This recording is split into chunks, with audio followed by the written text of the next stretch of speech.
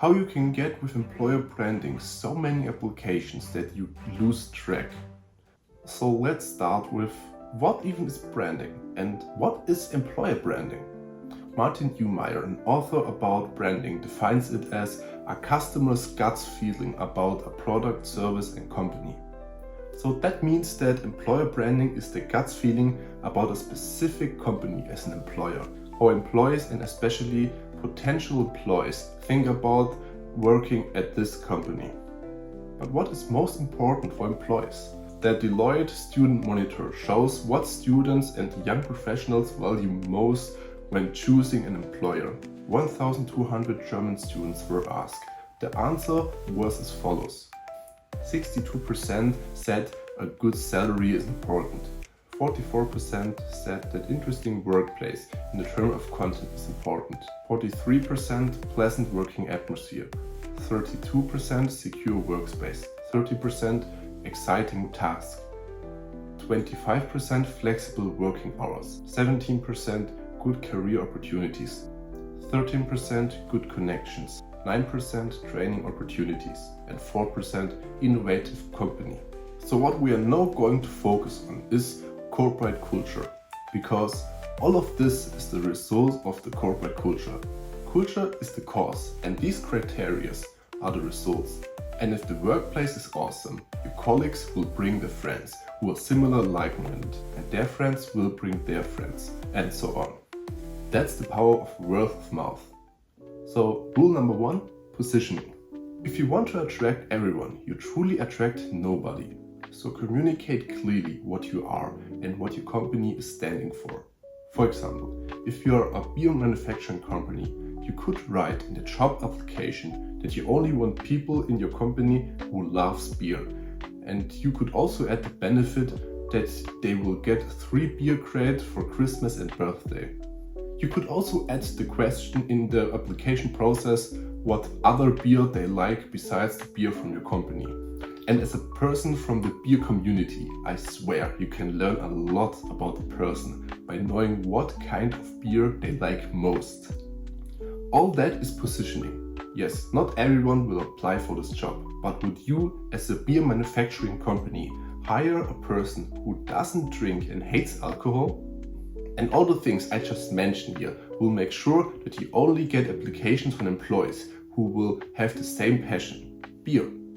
But that doesn't mean that you will get less applications. But if you reach the people with the same passion, they really want to work for you.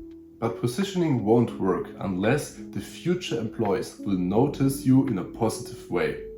That's why you need rule number 2. Give, give, give. So to get noticed in a positive way, you actually have to start acting in a positive way. If you want to have an innovative culture, act like it. Talk about your employees, oftentimes about innovation. Look for new things, implement them successfully, and then communicate to the world what you did. So you don't just talk, you act. So give your employees the opportunity to innovate. Give them the opportunity to empowerment. Give your employees the opportunity to work on side projects they are passionate about and helps the company to grow. If you give all these opportunities and communicate these, you will achieve 3 things. Number 1, your employees will be so much happier. That's good. Number 2, they will tell your friends about the work in the most positive way, so that maybe their friends and family will apply at your company, and only the best will apply, because your employees are only going to recommend the jobs to good working people, because they don't want that their work is getting ruined by someone else. That's even better. And number 3, with your extra communication about what you did, you will attract even more people. And that's awesome. But rule number 1 and 2 have no effect on your employer branding if you don't integrate rule number 3. Never compromise.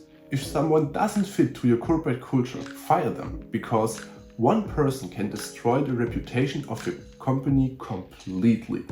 For example, you live in your company empowerment in extreme version and you hire a new head of department. What would you do if you find out that he does micromanagement with this team? Spoiler alert, don't just fire him. because that's not good for your reputation either. First, you need to talk to him, and maybe he don't know how to live empowerment. If he doesn't, train him, show him a way to be a better head of department. But if he doesn't believe in empowerment, or if he is not capable to change, he would destroy the reputation of the company. Because the longer he stays at your company, the more you communicate to all the other employees that micromanagement is welcomed. So fire him as soon as you realize that the new head of department is not willing or not able to adapt. And then you can communicate this to the world. But please don't mention any names. That's it, and if you want to know how to stop losing talent, click the video right here.